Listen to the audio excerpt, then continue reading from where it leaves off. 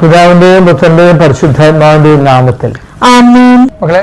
അമ്മേ പരിശുദ്ധമ്മേ, അമ്മേ പരിശുദ്ധമ്മേ, ദൈവമാതാവേ, ദൈവമാതാവേ, കൃപാസനത്തിലൂടെ ഞങ്ങളുടെ ദേശത്തിന് അമ്മ മധ്യസ്ഥം തേടി എല്ലാ അനുഗ്രഹങ്ങൾക്കും കൃപകൾക്കും ഞങ്ങളിപ്പോൾ ഹൃദയം നിറഞ്ഞ നന്ദി പറയുന്നു. പരിശുദ്ധമ്മേ, അമ്മേ പരിശുദ്ധമേ, ദൈവമാതാവേ, 2004 ഡിസംബർ 7-ാം തീയതി ഉച്ചകഴിഞ്ഞ് 2:30 കൃപാസനത്തിൽ സംഭവിച്ച അമ്മയുടെ പ്രത്യക്ഷപ്പെടലിനെ കുറിച്ച് തിരുസഭയ്ക്ക് സമർപ്പിച്ചിരിക്കുന്ന പഠനരേഖകളുടെ മേൽ സഭാത്മകമായ പഠനം ആരംഭിക്കുവാൻ ഞങ്ങൾ പ്രാർത്ഥിക്കുന്നു. അമ്മേ പരിശുദ്ധമേ, ലോകങ്ങളുടെ രാജ്ഞിയായ അങ്ങേക്ക് ഭൗമ സംരക്ഷണത്തിനായി പ്രപഞ്ച പ്രകൃതിയെ തന്നെ തിരുസഭ പ്രതിഷ്ഠിക്കുവാൻ ഈ പ്രത്യക്ഷീകരണം വഴി ഇടയാക്കണമേ. പരിശുദ്ധമേ, ജപമാല മാതാവേ, സകല കൃപാസനോടും ചേർത്ത് ഞങ്ങളിപ്പോൾ പ്രാർത്ഥിക്കുന്ന ഈ കുടുംബത്തിന്റെ പ്രത്യേക നിയോഗം പറമക്കളെ.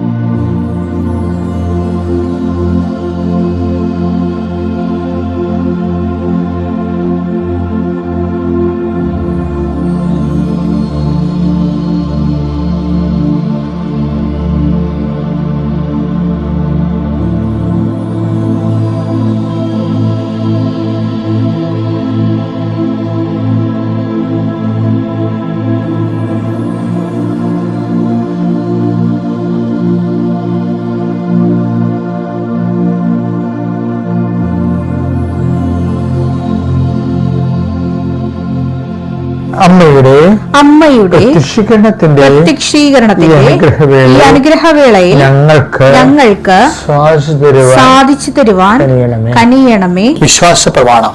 സർവശക്തനായ പിതാവും ആകാശത്തിന്റെയും ഭൂമിയുടെയും സൃഷ്ടാവുമായ ദൈവത്തിൽ ഞാൻ വിശ്വസിക്കുന്നു. അവിടുത്തെ ഏകപുത്രനും ഞങ്ങളുടെ കർത്താവുമായ ഈശോമിശിഹായിലും ഞാൻ വിശ്വസിക്കുന്നു. ഈ പുത്രൻ പരിശുദ്ധാത്മാവിനാൽ ഗർഭസ്ഥനായി കന്യകാമറിയത്തിൽ നിന്ന് പിറന്ന് പൊന്തിയോസ് പീലാത്തോസിന്റെ കാലത്ത് പീഡകൾ സഹിച്ച് കുരിശിൽ തറയ്ക്കപ്പെട്ട് മരിച്ച് അടക്കപ്പെട്ട് പാതാളങ്ങളിൽ ഇറങ്ങി മരിച്ചവരുടെ ഇടയിൽ നിന്ന് 3-ാം നാൾ ഉയർത്ത് സ്വർഗത്തിലേക്ക് എഴുന്നള്ളി സർവശക്തിയുള്ള പിതാവായ ദൈവത്തിന്റെ വലതുഭാഗത്തിരിക്കുന്നു. അവിടെ നിന്ന് ജീവിക്കുന്നവരെയും മരിച്ചവരെയും വിധിക്കുവാൻ വരുമെന്നും ഞാൻ വിശ്വസിക്കുന്നു. പരിശുദ്ധാത്മാവിലും ഞാൻ വിശ്വസിക്കുന്നു. വിശുദ്ധ കത്തോലിക്കാ സഭയിലും പുണ്യവാന്മാരുടെ ഐക്യത്തിലും പാപങ്ങളുടെ മോചനത്തിലും ശരീരത്തിന്റെ ഉയർപ്പിലും നിത്യമായ ജീവിതത്തിലും ഞാൻ വിശ്വസിക്കുന്നു. ആമേൻ. സ്വർഗ്ഗസ്ഥനായ ഞങ്ങളുടെ പിതാവേ, അങ്ങയുടെ നാമം പൂജിതമാകണമേ. അങ്ങയുടെ രാജ്യം വരണമേ. അങ്ങയുടെ തിരുമനസ് സ്വർഗത്തിലെ പോലെ ഭൂമിയിലും ആകണമേ. അന്നു വേണ്ടുന്ന ആഹാരം ഇന്ന് ഞങ്ങൾക്ക് തരണമേ. ഞങ്ങളോട് തെറ്റ് ചെയ്യുന്നവരോട് ഞങ്ങൾ ക്ഷമിക്കുന്നത് പോലെ ഞങ്ങളുടെ തെറ്റുകൾ ഞങ്ങളോടും ക്ഷമിക്കണമേ. ഞങ്ങളെ പ്രലോഭനത്തിൽ ഉൾപ്പെടുത്തരുതേ, തിന്മയിൽ ഞങ്ങൾ രക്ഷിക്കണമേ. ആമേൻ. നന്മ നിറഞ്ഞ മറിയമേ, സ്വസ്തി. കർത്താവ് അങ്ങയുടെ കൂടെ സ്ത്രീകളിൽ അങ്ങ് അനുഗ്രഹിക്കപ്പെട്ടവളാകുന്നു. അങ്ങയുടെ ഉദരത്തിൻ ഫലമായി ഈശോ അനുഗ്രഹിക്കപ്പെട്ടവനാകുന്നു.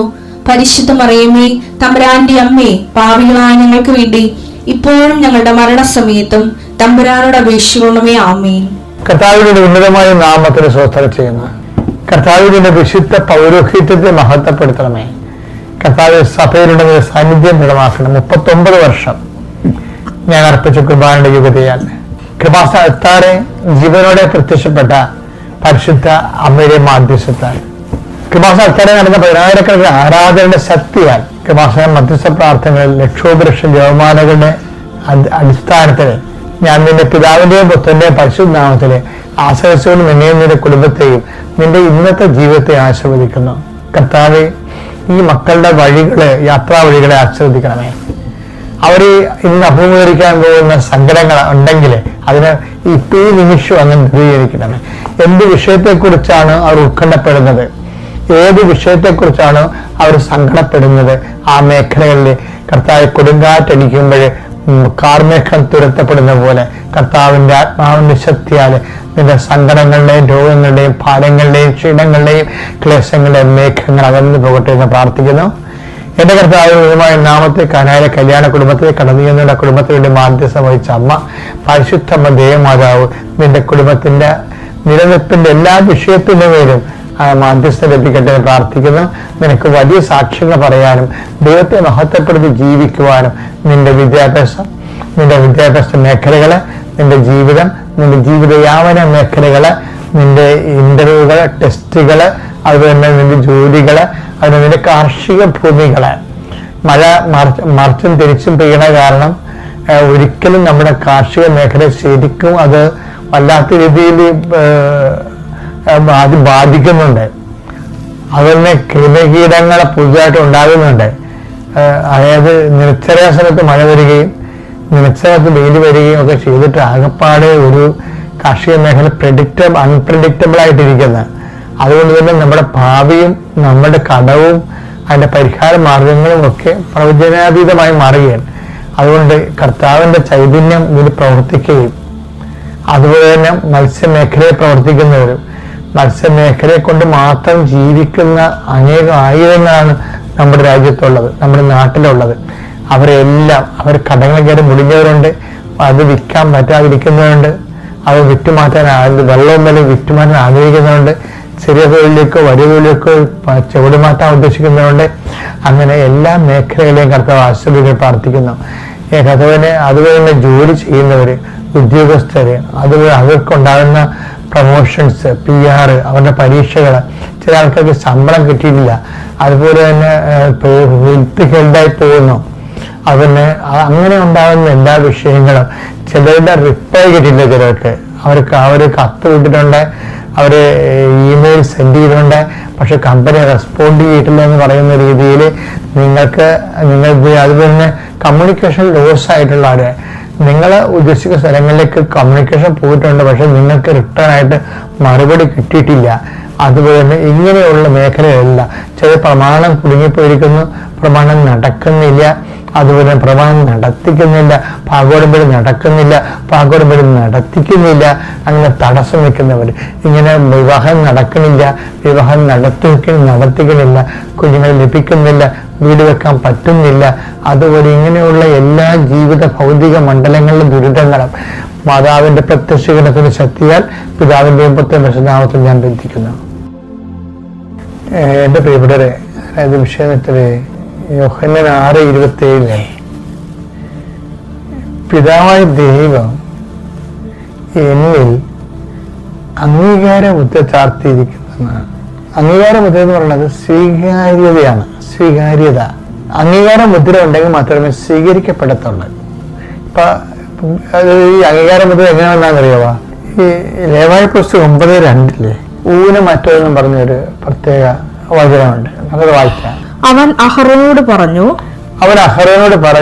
പാപപരിഹാര ബലിക്കായി ഊനമറ്റൊരു കാളക്കുട്ടിയെയും ദഹനബലിക്കായി ഊനമറ്റൊരു മുട്ടാടിനെയും കർത്താവിന്റെ മുമ്പിൽ സമർപ്പിക്കണം. അപ്പൊ എന്താ പ്രശ്നം വെച്ചാല്, കർത്താവിന്റെ മുമ്പിൽ സമർപ്പിക്കുന്നത് കായന്റെ ബലി പോലെ വരരുതെന്നുള്ളതാണ്. കായന്റെ ബലി സ്വീകരിച്ചില്ലല്ലേ. അപ്പൊ അതുപോലെ തന്നെ ഈ ചില കൊമ്പൊടിഞ്ഞ ആട്, കോങ്കൊണ്ടുള്ള ആട്, ചട്ടുള്ള ആട്, മുടന്തുള്ള ആട്, അപ്പോഴേ അതിനെ കൊണ്ടുവരാതിരിക്കാനാണ് ഊനമറ്റതെന്ന് പ്രത്യേകം പറഞ്ഞിരിക്കുന്നത്. കർത്താവിന് കൊടുക്കേണ്ടത് ശ്രേഷ്ഠവും നന്മയുള്ളതും എന്ന് പറഞ്ഞാൽ ഇതിന്റെ പ്രശ്നം. അതിനുവേണ്ടി ഇവര് ദേവാലയത്തിന്റെ കൗണ്ടറിൽ സീൽ ഉണ്ടാക്കി വെച്ചിട്ടുണ്ട്. ഇപ്പൊ ഒരാടിനെ കൊണ്ടുവന്ന ആടിനെ ഇവർക്ക് ആട് കൊമ്പുണ്ട, കണ്ണുണ്ട, കോങ്കണ്ണുണ്ട, ചട്ടുണ്ട, അതായത് അവിടുത്തെ ആ കൗണ്ടറിലത് പരിശോധിക്കും. നല്ല ലക്ഷണത്തെ ആടാണെങ്കിൽ അവര് ആടിന്റെ പുറത്ത് സീൽ ചെയ്യും. അതിന് മാത്രമേ അടുത്താരെ സ്വീകരിക്കത്തുള്ളൂ. ആ ഒരു കോൺസെപ്റ്റ് ഇങ്ങനെ കർത്താവ് പറയണത് പാപപരിഹാരം എനിക്ക് അംഗീകാരം ഒത്ത് ചാർത്തിരിക്കണം എന്ന് പറയണം. അപ്പോൾ അത് കർത്താവ് ആ കാര്യത്തിൽ ഇത് കോൺഷ്യസ് ഉള്ള ആളായിരുന്നു. എന്താണ്? കുരിശിലെ ബലിയെ കുറിച്ച് നല്ല കോൺഷ്യസ് ആണ്. യോഹന്നാൻ 6:27 പിതാവായ ദൈവം അവന്റെ മേൽ അംഗീകാര മുദ്ര വെച്ചിരിക്കുന്നു. ഇതാ ഈ മുദ്ര അല്ല, അംഗീകാര മുദ്ര വെച്ചിരിക്കുന്നത്. മുറപ്രകാരമുള്ള ഹനനയാഗങ്ങളിലെ ഹോമയാഗങ്ങൾ സംതൃപ്തനായില്ല നമ്മൾ വായിച്ചില്ലേ. അത് ഗുണമറ്റ സംഭവം ആയതുകൊണ്ടും മൃഗബലി ആയതുകൊണ്ടുമാണ്. മൃഗബലി മനുഷ്യൻ ചെയ്ത പാപത്തിന് മൃഗങ്ങൾ എന്ത് പിഴച്ച്, അതാണ് ആ ഒരു ലോജിക്ക്. സങ്കീർത്തനം 46 വായിച്ചേ. ബലികളും കാഴ്ചകളും അവിടുന്ന് ആഗ്രഹിക്കുന്നില്ല, എന്നാൽ അവിടുന്ന് എന്റെ കാതുകൾ തുറന്നു തന്നു. ദഹനബലിയും പാപപരിഹാര ബലിയും അവിടുന്ന് ആവശ്യപ്പെട്ടില്ല. അപ്പോൾ ഞാൻ പറഞ്ഞു, ഇതാ ഞാൻ വരുന്നു, പുസ്തക ചുരുളിൽ എന്നെ പറ്റി എഴുതിയിട്ടുണ്ട്. എന്റെ ദൈവമേ, അങ്ങയുടെ ഹിതം നിറവേറ്റുകയാണ് എന്റെ സന്തോഷം. അതായത് ലക്ഷണമൊത്ത ആടെന്ന് പറഞ്ഞ ആരാണെന്ന് അറിയാവോ? ദൈവത്തിന്റെ ഹിതം സന്തോഷത്തോടെ നിറവേറ്റുന്നതാണ്. ഇപ്പൊ ദൈവത്തിന്റെ ഹിതം നമുക്ക് എങ്ങനെയും നിറവേറ്റാം. ചില ആൾക്കാർ കാര്യങ്ങളൊക്കെ ചില സഹകരണമൊക്കെ എടുക്കും, പക്ഷെ പെറുകൊടുക്കും. അപ്പൊ അതിന്റെ ലക്ഷണമൊത്ത സ്വഭാവം പോവും, കാര്യം സീരി കിട്ടത്തില്ല. ദൈവത്തിന്റെ കർത്താവിന്റെ ഇതാ ഞാൻ വരുന്നു, അങ്ങനെ ഇഷ്ടം നിറവേറ്റുകയാണ് എന്റെ സന്തോഷം. അപ്പൊ ഈ ഇഷ്ടം നിറവേറ്റാനുള്ള മൗലിക വികാരം എന്തായിരിക്കണം? നിരാശ, പെറുവെറുപ്പമല്ല, സന്തോഷമായിരിക്കണം. അപ്പൊ ഞാൻ ഞങ്ങൾക്ക് ഓട്ടിസമൊക്കെ വായിച്ച അമ്മമാര് വരുമ്പോഴേ ഞാൻ അവരോട് പറയും, നിങ്ങൾ സന്തോഷമായിരിക്കാൻ വേണ്ടി ആണ് ഞാൻ പ്രാർത്ഥിക്കുന്നത്. എന്താ കാര്യം? കർത്താവിന്റെ കുരിശ് മാറ്റപ്പെടാത്ത ഈ യാഥാർത്ഥ്യത്തെ ദൈവസ്നേഹത്തിൽ അക്സെപ്റ്റ് ചെയ്യണം, പെറുവെറുപ്പില്ലാതെ.